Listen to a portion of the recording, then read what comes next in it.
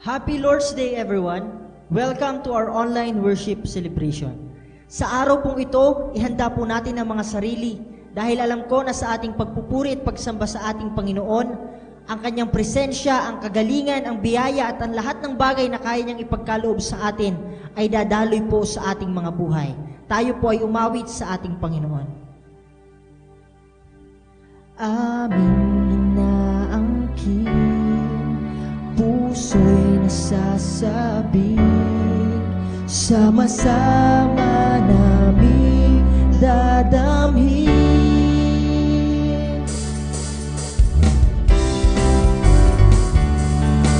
Damhin po natin ang presensya ng ating Panginoon. Hallelujah!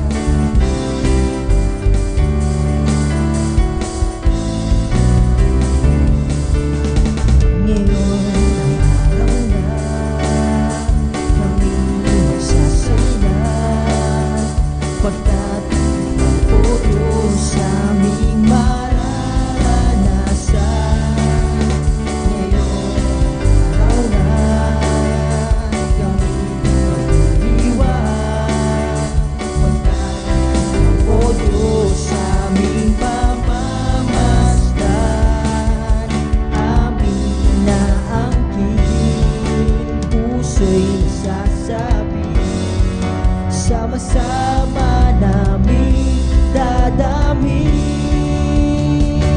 Ang presensya mo'y dadaloy, kapangyarihan mo'y dadaloy, kaluwalhatian mo'y dadaloy sa bawat isa. Ang biyaya mo'y dadaloy, pagpapala mo'y dadaloy, ang pag-ibig mo'y dadaloy sa bawat isa. Ngayon araw na kami magsasaya, pagkat o Diyos aming mararanasan. Ngayon araw na kami mag-iwan, pagkat o Diyos aming mamamasdan. Aming inaangkin, puso'y nasasabi, sama-sama namin dadamhin.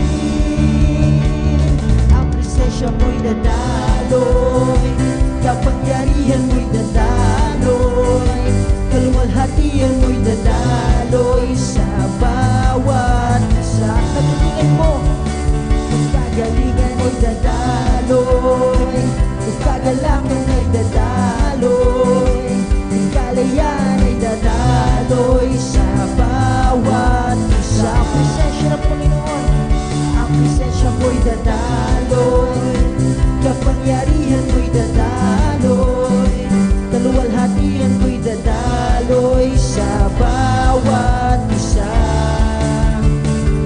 Ang biyaya mo'y dadaloy, pagpapala mo'y dadaloy, ang pag-ibig mo'y dadaloy sa bawat isa. Aming inaangkin, puso'y nasasabi, sama-sama namin dadamhin. Hawak mo, kinabukasan ako, walang ikakatakot, Panginoon.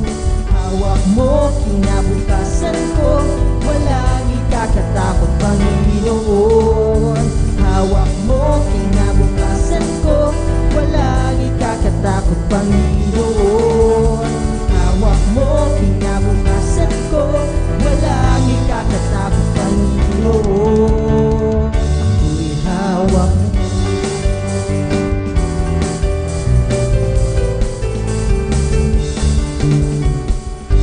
Ang aking sandigan ay iyong pangako, ang aking pag-asa ay iyong salita, na ako'y di iiwan o pababayaan man. Ang aking Diyos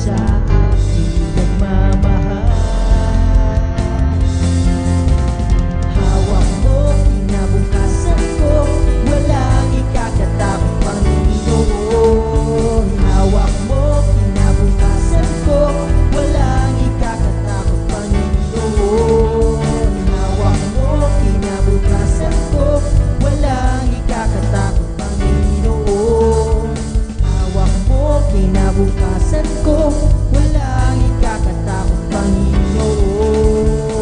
Ako'y hawak mo.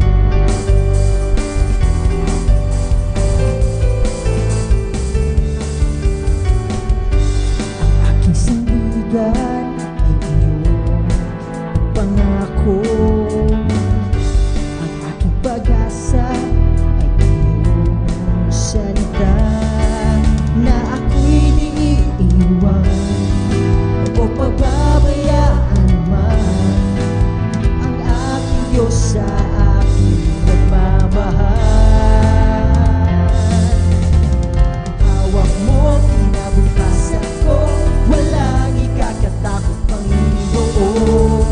Hawak mo kinabukasan ko, walang ikakatakot, Panginoon.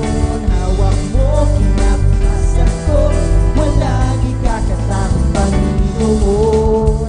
Hawak mo kinabukasan ko, walang ikakatakot, Panginoon. Ako'y hawak mo.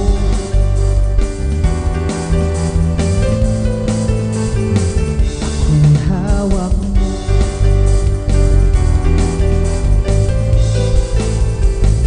Ako'y hawak mo.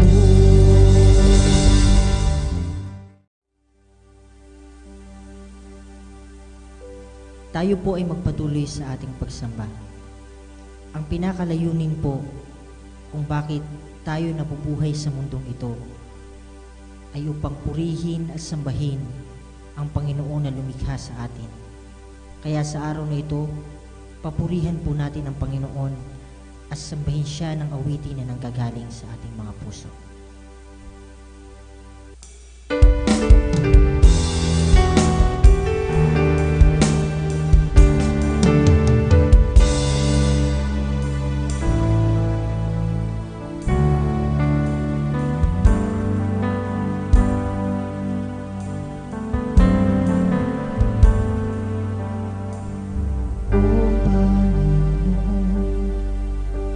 Pinupuri kita, ako'y naririto upang sambahin ka mapakailanman. Itataas kita sa aking buhay, ikaw ang Diyos.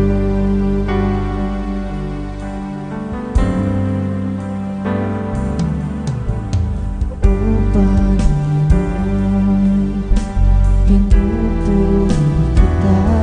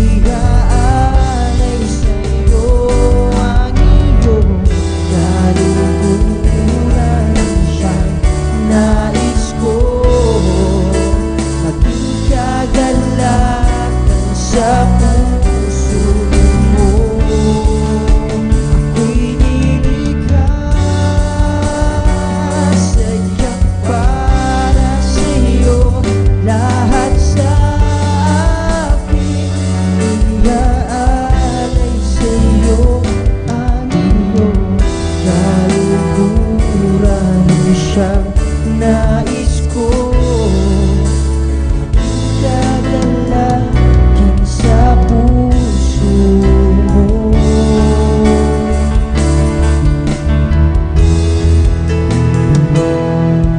Lahat ng papuri at pagluwalhati alay sa'yo, O Diyos.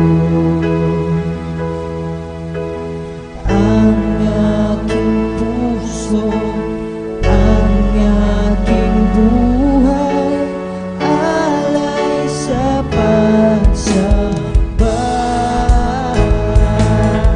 Lahat ng papuri at pagluwalhati alay sa'yo, O Diyos. Ang aking puso, ang aking buhay alay sa pagsamba. Lahat ng papuri at pagluwalhati alay sa'yo, alay sa'yo. Ang aking puso, ang aking buhay alay sa pagsamba. Alay sa pagsamba. Alay sa pagsamba.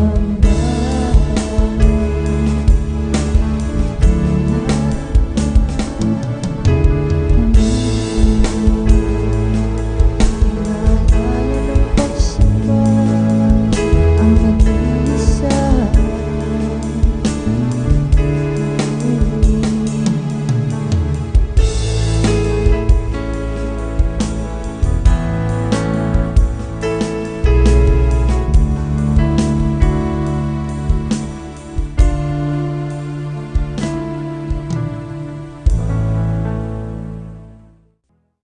Dumako naman po tayo sa ating communion. Sabi po sa Roma 5, talatang 1 hanggang 2, sapagkat napawalang sala na tayo sa pamamagitan ng ating pananampalataya, mayroon na tayong mapayapang relasyon sa Diyos sa pamamagitan ng ating Panginoong Hesukristo. Sa pamamagitan ng pananampalataya kay Hesukristo, tinamasa natin ang kagandahang loob ng Diyos at tayo'y nagagalak dahil sa pag-asang tayo'y makakabahagi sa Kanyang kaluwalhatian. Si Hesukristo ay namatay alang-alang sa kaligtasan mo. Ang kailangan na lang nating gawin ay manampalataya at magkaroon ng malalim na relasyon sa Kanya. Manalangin po tayo. Bendisyonan niyo po, Panginoon, ang tinapay at laman ng sarong ito na sa aming pagkain at pag-inom ay kamta namin ang lahat ng benepisyong ginawa ni Kristo sa krus ng Kalbaryo. Tinatanggap namin ang kaligtasan, kapatawaran, kapayapaan, kagalingan, kasaganaan at mayaman mong biyaya. Sa tanging pangalan mo lamang, Panginoong Hesus. Amen. Kainin po natin ang tinapay at inumin ang laman ng sarong.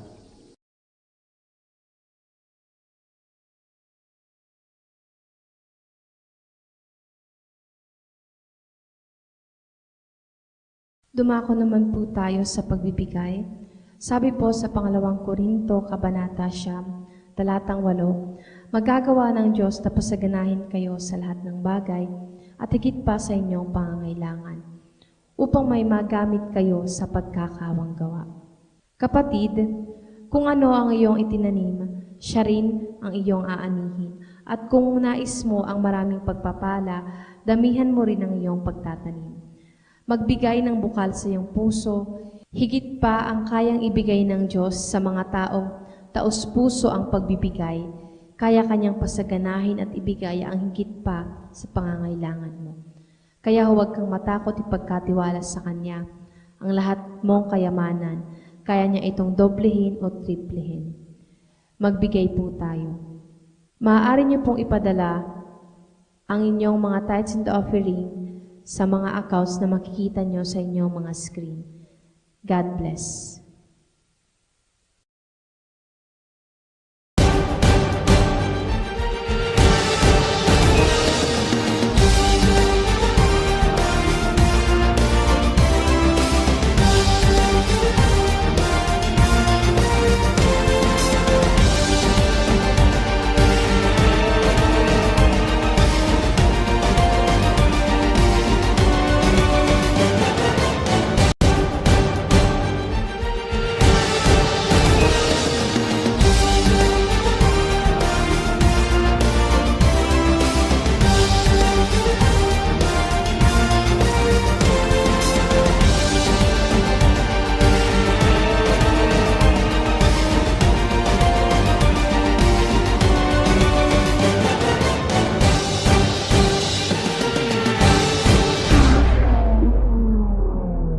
Happy Lord's Day to everyone. Welcome po sa ating online worship celebration at sa ating on-site worship celebration. I understand hindi po lahat nakakasama ko sa ating on-site worship celebration. Ang iba po, because of distance, nasa ibang lugar, kaya kayo po ay nakakasama lang namin sa aming online worship celebration. Nevertheless, sapat na po ang ating spiritual nourishment na ibinibigay ng Diyos nito para sa inyo pong personal growth. Just join with us and participate in every part of the program. At hayaan niyo pong kayo po ay lumago sa paglilingkod niyo sa Panginoon sa pamamagitan ng covering ng Diyos na ito. Kayo man po ay nasa online worship celebration o nasa on-site worship celebration, the same Holy Spirit ang nagpapalago at nagpapaunlad sa ating lahat. Pagpalain po tayo sa araw na ito. My topic today is entitled, Living a Significant Life. Living a Significant Life. There are 6 human needs that every single person on earth tries to fulfill. May 6 na pangangailangan tayo mga tao na nais ng bawat isa na matugunan at matamo.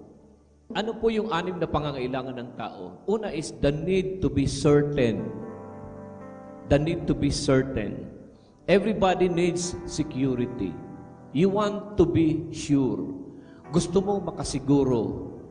Part of need mo as a person ang makasiguro ka. The need to be certain. Secured ba ako dito sa bahay ko? Sigurado ba ako sa trabahong pinasok ko? Tamang tao ba itong pinakasalan ko? Tama ba ang sagot ko sa mga tanong sa examination ko? Sure ba ako sa negosyong pinasukan ko? Ayaw nating maloko. Ayaw nating magantyo. Ayaw nating magkamali o magmintis. There is a need to be certain. Gusto natin makasiguro tayo. Hanggat maaari, you want to be certain. Kaya may pain ang buhay dahil kung na-disappoint ka o nag-fail ka. Kung nagkamali ka o pumalpa ka, akala mo ginto, yun pala tanso. Akala mo santo, yun pala demonyo. Akala mo deboto, yun pala butangero. Akala mo wala, pero yun pala meron. Akala mo tumpak, bandang huli, wasak. Yung pangakong forever, nauwi sa disaster. Sabi ng iba, para certain ka at para di ka magkamali, sabi nga, it is better to be alone than to be with the devil alone. Meron kang nagtanong, who wants to live a happy life? Sino dito ang mga single na babae o mga lalaki at gusto mong maging masaya ang buhay mo? Kwentuhan kita kung paano maging masaya ka bilang isang babae o lalaki. Let me share this story. Once upon a time, there was a bachelor who was looking for a partner in life. One day, he saw a beautiful girl and he said to himself, this is it. Siya na siguro. Then he made an effort na makilala ang babae and one day, she proposed, will you marry me? And the girl said, no! and they live happily ever after. Ang una nating pangangailangan is the need to be certain. Gusto natin makasiguro tayo. Pangalawa is the need for variety. The need for variety. There are variety of foods, variety of colors, fruits, variety of plants, birds, fish, animals, products, etc. Kailangan ng tao ang variety at alam ng Panginoong Diyos yun. Ang lungkot siguro ng buhay, kung isang klase lang ang kulay ng mundo, kung dalawang kulay nga, black and white, ang lungkot-lungkotan ng buhay. Paano kaya kung isang klase lang ang prutas? Magsasawa ka kung isang klase lang ang prutas, isang klase lang ang isda, isang klase lang ang ibon, bulaklak, at wala ka ng ibang pagpipilian. Hindi naman pwede na yung ulam mo ngayon ay ganun at ganun lagi. Ang isinusuot mong damit ay isang klase lang. Ang bulaklak sa paligid ay isang uri lang.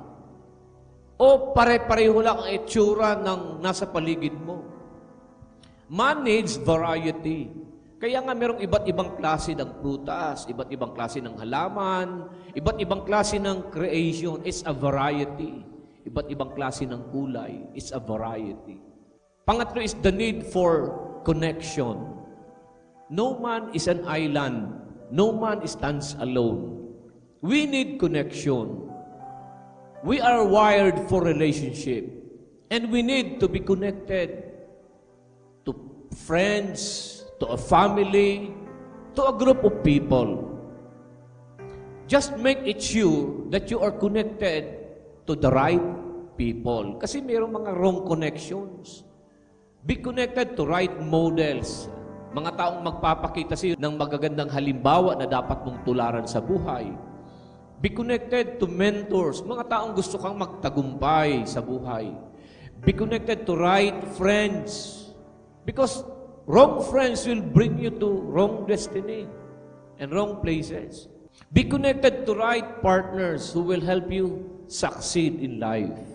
Di ka man siguro lando o uto-uto na inagda ka lang san may kwarta o di kutse, upod ka man tulos. Sinabihan ka lang sin magayon, na in love ka man tulos. Kaya damo-damo ang napapariwara ang buhay because they are always looking for significance kung saan-saan at kung kani-kanino. There is a need for connection, but it must be right connections. Pang-apat is the need for growth. Ang pangangailangan ng paglago. All kinds of growth. Physical and biological growth, mental growth, spiritual and emotional. In all aspect ng ating buhay, kailangan natin ang paglago at pag-unlad. Everything starts from a seed. And the seed has to sprout. It has to grow and blossom. Ang buhay ay dapat lumalago, nade-develop, umaabante, umaangat. Kaya tayo nag-aaral, nagsisikap, nagpupursige. Kaya tayo kumakain, naghahanap buhay because there is a need for growth. Panglima is the need to contribute. There is a need to contribute. Kaya nga po, mayroong pong ecosystem ang buhay. Ecology is the scientific study of relationship of living organism with each other and with its environment. Paano sila nakukonek sa isa't isa, yung iba't ibang klase ng creation. Everything is connected to everything else. May contribution kasi ang bawat isa sa bawat buhay sa isa't isa. We contribute something. Ang carbon dioxide na lumalabas sa bibig o ilong mo ay hininga upang mag-exist at mabuhay ang mga halaman at pananim sa mundo. Pero yung oxygen na pinoproduce ng mga punong kahoy at mga halaman, yan din naman ang bumubuhay din sa iyo. Yan din ang ginagamit mo para makahinga ka. Life is not just about receiving. It is not just about inhaling. Ang buhay ay hindi lang puro pagtanggap at paghinga ng papasok. There is a need to exhale. There is a need to give, to contribute something. Ang unang 5 binanggit ko na pangangailangan ng tao, the need to be certain, the need for variety, the need for connection, the need for growth, the need to contribute, and lastly, pang-anim, is the need for significance. The need for significance. Itong pang-anim ang nais kong dalhin sa inyo sa umagang ito. My topic is all about living a significant life. You know what? Most people are looking for significance. Halos lahat ng tao naghahanap ng significance. There's not a person alive on the planet Earth who doesn't want to feel important or needed. Walang taong nabubuhay na hindi nangangailangan ng atensyon, importansya, o pagpapahalaga. Man looks for attention. In fact, you want to feel special. Feeling special is such a compelling force. Naruruyag ka, nakamati ka kaugmahan kapag may hamang ka o may kabuluhan ang buhay mo dito sa kinabaan. And you feel devastated kapag feeling insignificant ka. Significance is the most sought after human needs. Ang pangangaipo mo ng attention bilang tao. Significance is the quality of being worthy and special. Everyone is different, so everyone wants to feel special in some way. Iba-iba tayo at nais nating maging special tayo sa iba't iba ring paraan. Significance is not a desire, but a need that people cannot live without. We all have this need to feel unique and different. Kaya lang minsan, sa maling paraan na i-express ang paghahanap ng significance. Some people look for significance in a wrong way, in a bad way or destructive way. Kagaya ng minsan nagdanabit ng mga maiikli, nagsusuot ng mga mahahalay na kasuutan, nagsusuot ng short na very, very short, luwas ang hita, imod ang singit, expose ang tiyan, ang pusod, ang likod, ang kilikili, nagpapaseksi, mapadayaw sa lawas. Why? Because she is looking for significance. Papansin. Akala mo nagiging significant ka sa ginagawa mo. Feeling proud ka. Pero ang totoo, nakakatawa ka, nakakaawa ka, nakakababa at nakakawalan ng respeto sa pagkatao mo. Ang respeto ay nawawala. Looking for significance ka kasi sa pagpapaseksi mo. Mapadayo ka sa lawas, para sabihin na sexy ka, magayon ka. Looking for significance ka kasi puro mga demonyo yung nakangisi. And you expect respect. Hindi mo nga kayang respetuhin ang sarili mo. Ina-expect mo pang re-respetuhin ka ng mga tao sa paligid mo. Ano pa yung looking for significance? Bullying. Bully persons are looking for significance. Yung mga bully, para sabihing bida sila. Sa salitang Bicol, para sabihin na maurag sinda. Sikat, matibay, at pag-usapan ng lahat. Troublemakers and bullies are just looking for significance. Mairinom, at kapag nahubog, mapasarali. May magwawala, maghahanap ng kaaway, mapasali sa magurang, mapasali sa agom, sa mga bata. They are looking for significance in a destructive way. Ano pa yung maling pamamaraan ng paghahanap ng significance? Paggawa ng kwento, gagawa ng kwento at maninira ng ibang tao.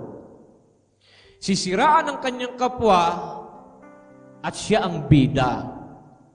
Naghahanap lang kasi ng significance. Naghahanap ng kakamping, sisimpatiya sa kanya. Ano pa, yung mga feeling na in sa mga kararawan. Kahit green jokes or sensual jokes, ang pinag-uusapan at kababae mong tao, sumasali ka sa usapan ng mga lalaki habang nag-iinuman at feeling na game ka din sa mga kararawan. Kunyari, sanay na sanay ka sa harakhakan at kararawan, they are just looking for significance in a wrong way. Para masabing in sila, belong sila. Pinuri lang ng kunti, ang bilis mahulog sa papuri. Kahit alam mong inuuto ka lang at binobola ka lang, pero kilig na kilig ka naman kasi looking for significance ka nga. You allow someone to touch you kahit hindi naman dapat. Madaling makiharutan. Lungin ka lang kasi sa significance. At kadalasan nagte-take advantage ang mga wrong people sa paligid. Silang magbibigay sa iyo nito ng wrong significance na hinahanap mo. Ang mahilig magpa-display, pa-center of attraction, yung mga pa-come here, pa-cute, pa-charming, mga looking for significance ang mga yan. Kunyari, mag-e-exercise, magsusuot ng mga maikling pang-exercise. Kunyari, hindi niya alam na tinitingnan siya ng mga lalaki sa paligid niya. Ma-display, mapa-imod, pero feeling innocent kunyari. Exhibitionist, mga looking for significance. Ang mga pa-importante, maski aram mo na importante ka, mapa-importante ka pa, looking for significance ka eh. Yung pinipigilan mo pero ayaw papigil. Pinapakiusapan mo, ayaw mapakiusapan. Kadalasan, only looking for significance. Great loss of significance ng isang magulang kung hindi na sila pinapakinggan ng kanilang anak. Great loss of significance ng isang leader kapag hindi ka na sinusunod ng iyong mga disciple o follower. Na kung ano yung ayaw mo, yun ang ginagawa. Nakasungo-sungo. Ang mga mahilig sa lakwatsa, di nagkukunong sa sulod sa balay, galat sa ralakawan, kundi indiin, maski sinon mag-agda, pahit, pan-ugalat, looking for significance. Nagsosurface ang self-centeredness, insecurity, abnormality, immaturity, and carnality kapag hanap ka ng significance mo sa ibang tao. Pero kanino ba tayo dapat naghahanap ng significance? People are looking for significance, and that is true. But the Bible is teaching us not to live a self-centered life, but a selfless life. The problem with seeking significance is that it can reach to a point where we depend on it. Nagiging dependent ka, self-image ang napopromote at hindi na godly image. Ang problema sa paghahanap mo ng significance sa iba o sa tao ay maaaring nakatuon ka na sa sarili mo. The tendency na nagiging self-centered na ang buhay mo.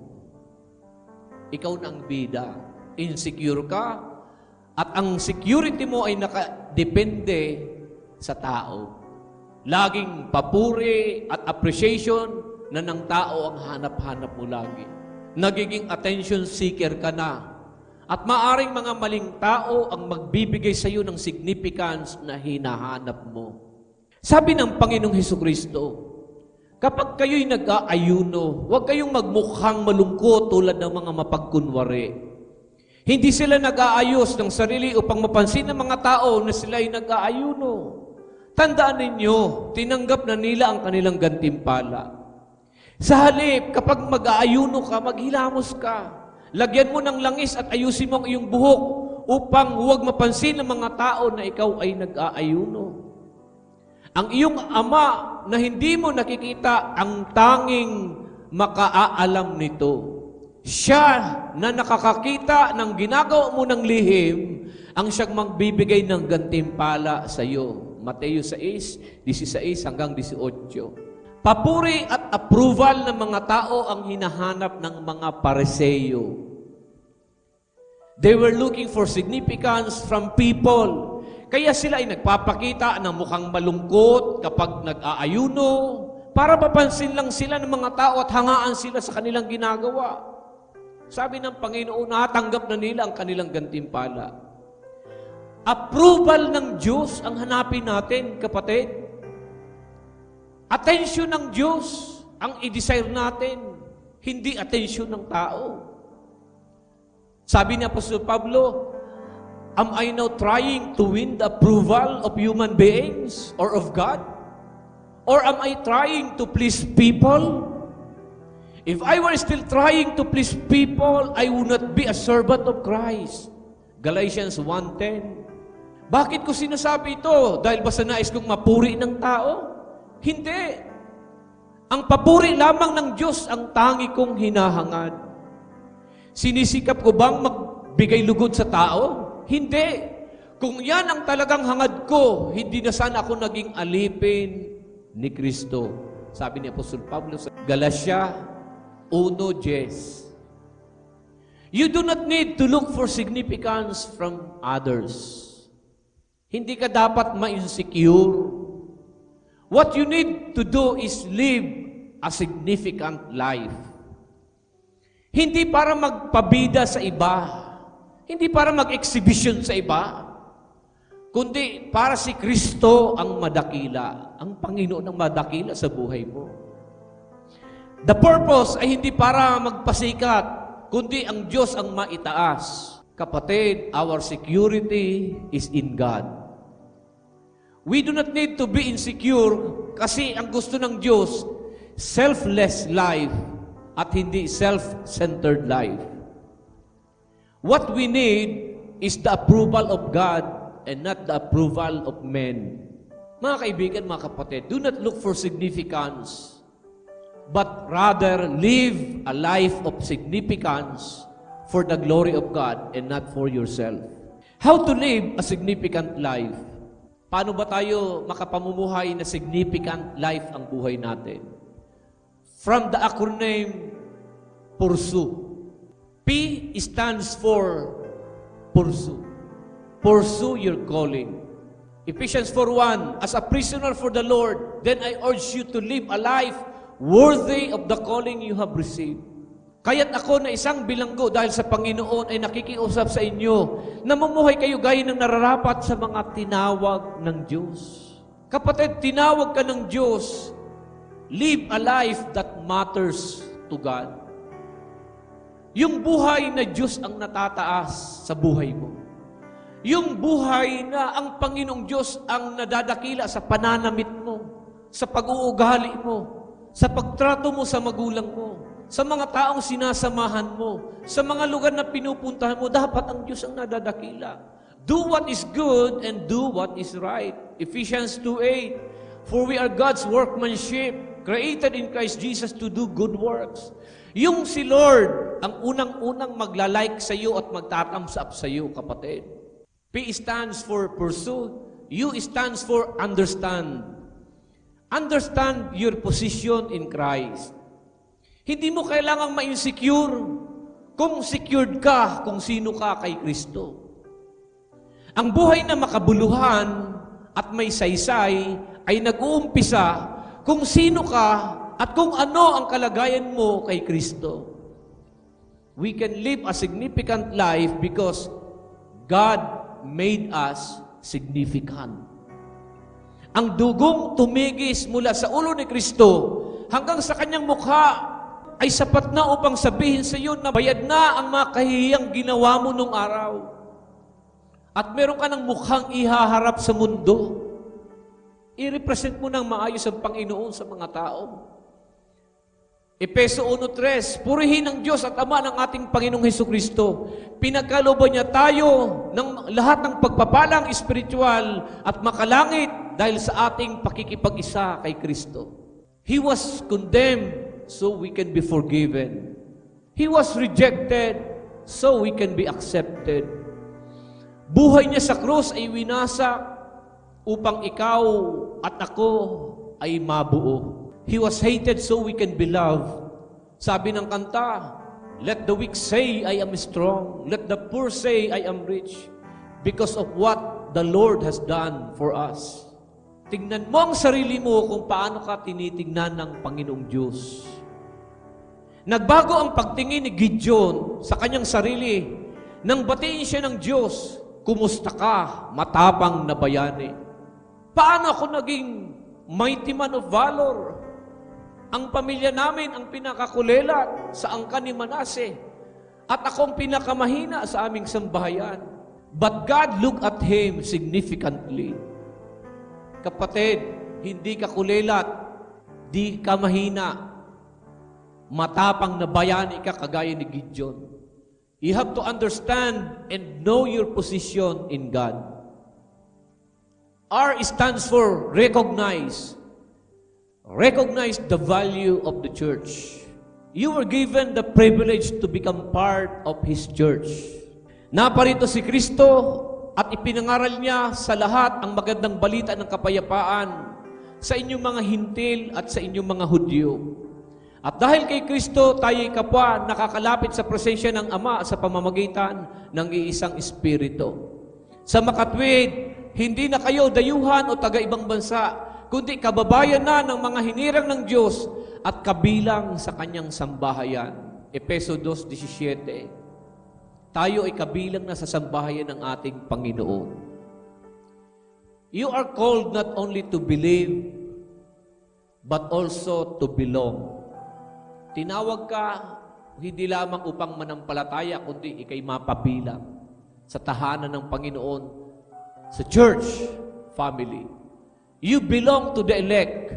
You are chosen people of God. He puts you in the church to become part of God's spiritual family. Because God wants you to focus in doing things that has an eternal value. The church family was given so we can journey significantly with God's own people. Let us grow together, mature together, learn together, serve one another as we serve and worship God bilang isang simbahan, bilang isang church. Kaya maraming salamat. We are connected to each other. Dito man sa on-site celebration at sa online celebration, we are together in Christ. Tayo ay isang pamilya ng Panginoon. Tayo ay mag-grow together sa paglilingkod natin ng sabay-sabay sa ating Panginoon. S stands for seek. Seek the power of the Holy Spirit. Significant life is a life being controlled by God. Hindi kontrolado ng persa ng yabang, hindi kontrolado ng pera o ng ano paman.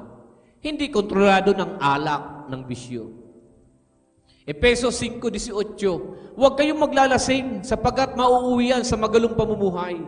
Sa halip, dapat kayong mapuspos ng Espiritu. When we obey the Word of God, we allow the Holy Spirit to control us.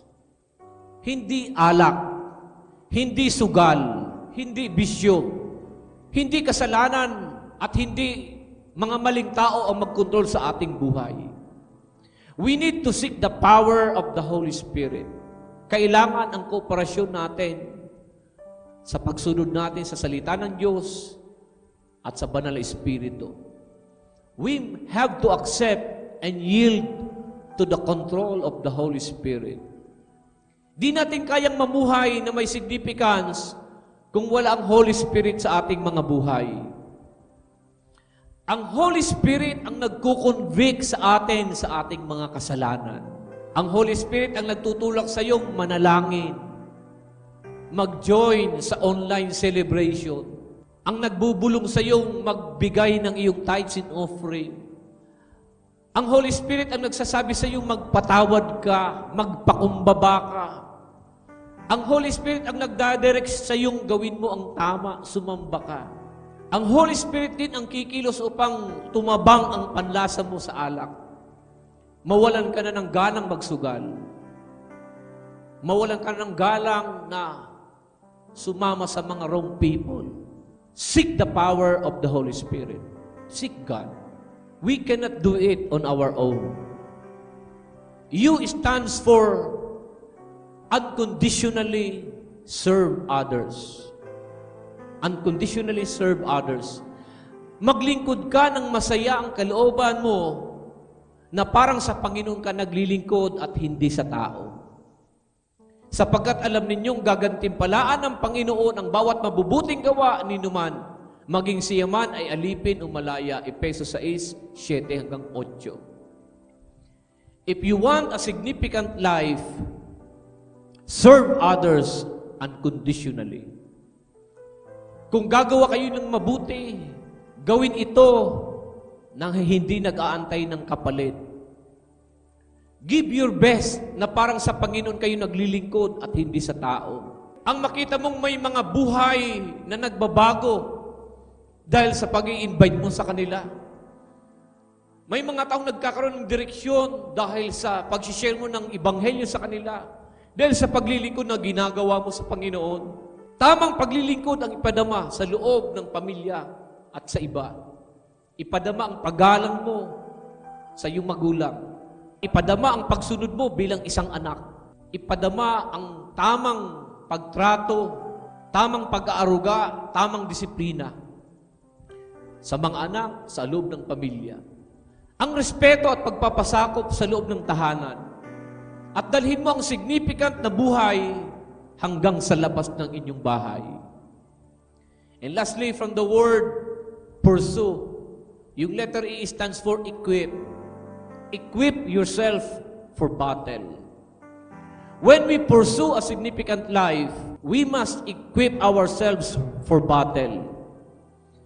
Bago pa man lumapit ng kaibigan mo, barkada mo, kaopisina mo para yayain ka, alam mo na dapat ang sasabihin mo.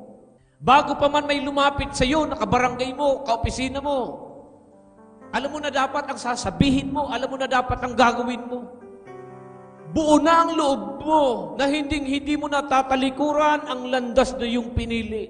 The Bible says in Ephesians 6:10-11, finally, be strong in the Lord and in the power of His might. Put on the full armor of God so that you can take your stand against the devil's schemes. Bilang pagwawakas, magpakatibay kayo sa kalakasan galing sa Panginoon at sa Kanyang dakilang kapangyarihan.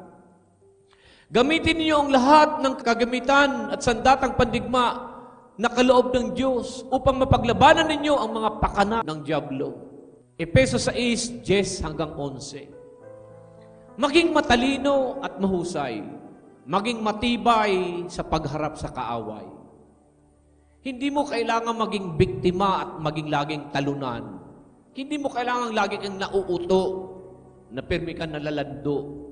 Magtagumpay ka sa masamang balak ng iyong kaaway.